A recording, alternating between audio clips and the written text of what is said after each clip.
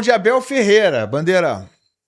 Abel Ferreira é vice-campeão de um monte de coisa, né? Vice-campeão paulista, vice-campeão da Libertadores, vice-campeão brasileiro.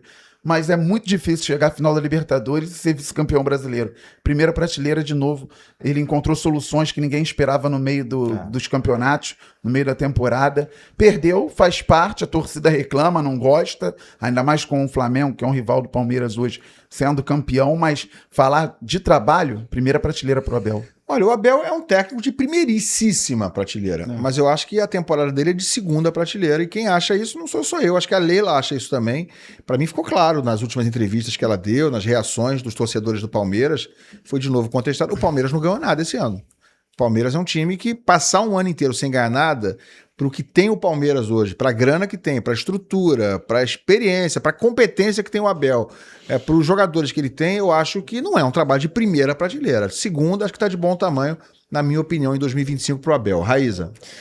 Cara, o Palmeiras teve muitas mudanças, né? Saíram jogadores mais experientes, jogadores importantes. Estevão, jogadores né? também, o Estevão. Chegaram jogadores novos. Ele conseguiu encontrar uma forma diferente do Palmeiras jogar, e por algum momento o Palmeiras foi o futebol mais bonito que a gente viu jogar aqui no futebol brasileiro. Ele foi vice-campeão brasileiro, Libertadores, Paulista. O torcedor fica chateado, que é normal, zoação, o torcedor não gosta, mas, assim, é muito difícil você estar lá e estar sempre lá.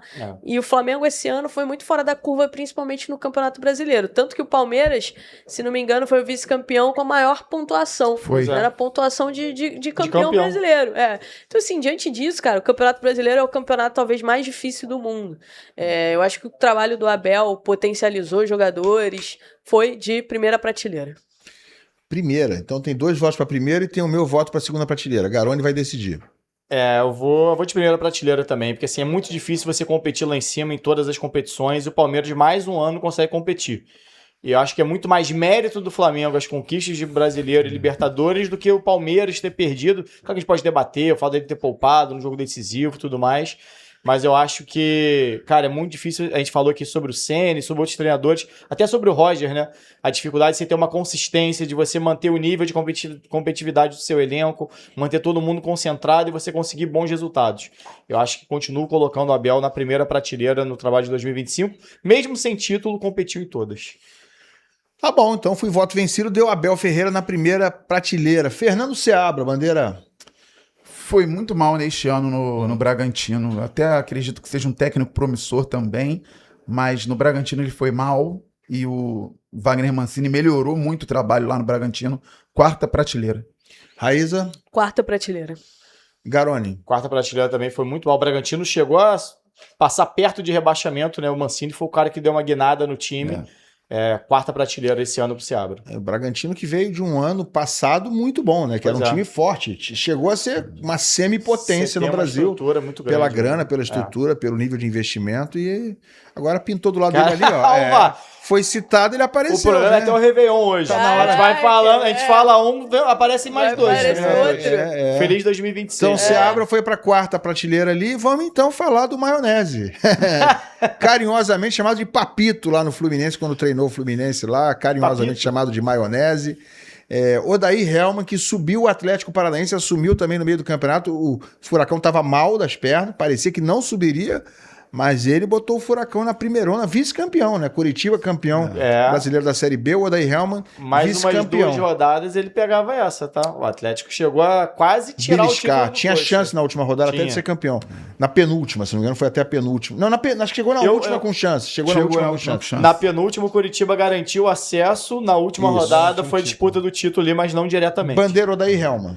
Pois é, eu vou usar o critério, eu nem verbalizei o critério que eu usei pro Guto, é porque, embora todas as dificuldades sejam ditas e observadas, segunda divisão. Então eu não quero colocar o treinador, por melhor que seja da segunda divisão, na mesma prateleira de quem trabalhou na primeira divisão.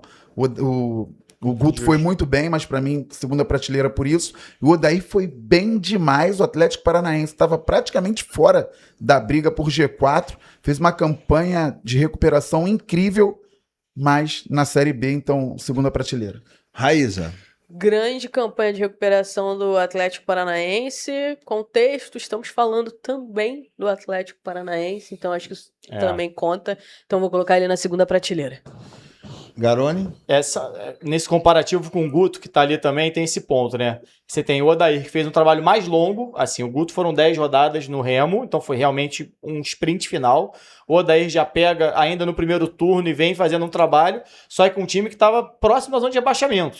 Só que a expectativa em cima do Atlético numa Série B, até de investimento, era de nunca estar naquela situação. Então o Odair recoloca o Atlético onde ele deveria estar já inicialmente. O Remo não, é um time que veio com muita mudança, tem investimento, tem o Marcos Braz por lá, mas não vinha dando liga. Só que o trabalho do Odair foi muito consistente, quase que terminou num título, mas aí compreendo perfeitamente o que o Bandeira falou, acho que é muito válido isso. Para ser justo até com os outros, não só com o Odair, para ser justo com os outros, vou colocar como um trabalho de segunda prateleira, o que não é um trabalho de segunda, né?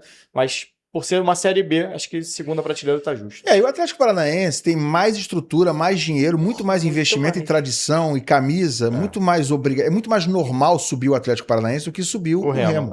Então, assim, o Odair fez um ótimo trabalho, subiu o Atlético Paranaense, recuperação, sim, mas com um time estruturado, com dinheiro, com excelente campo, tudo, né? É quase uma obrigação subir o Atlético Paranaense.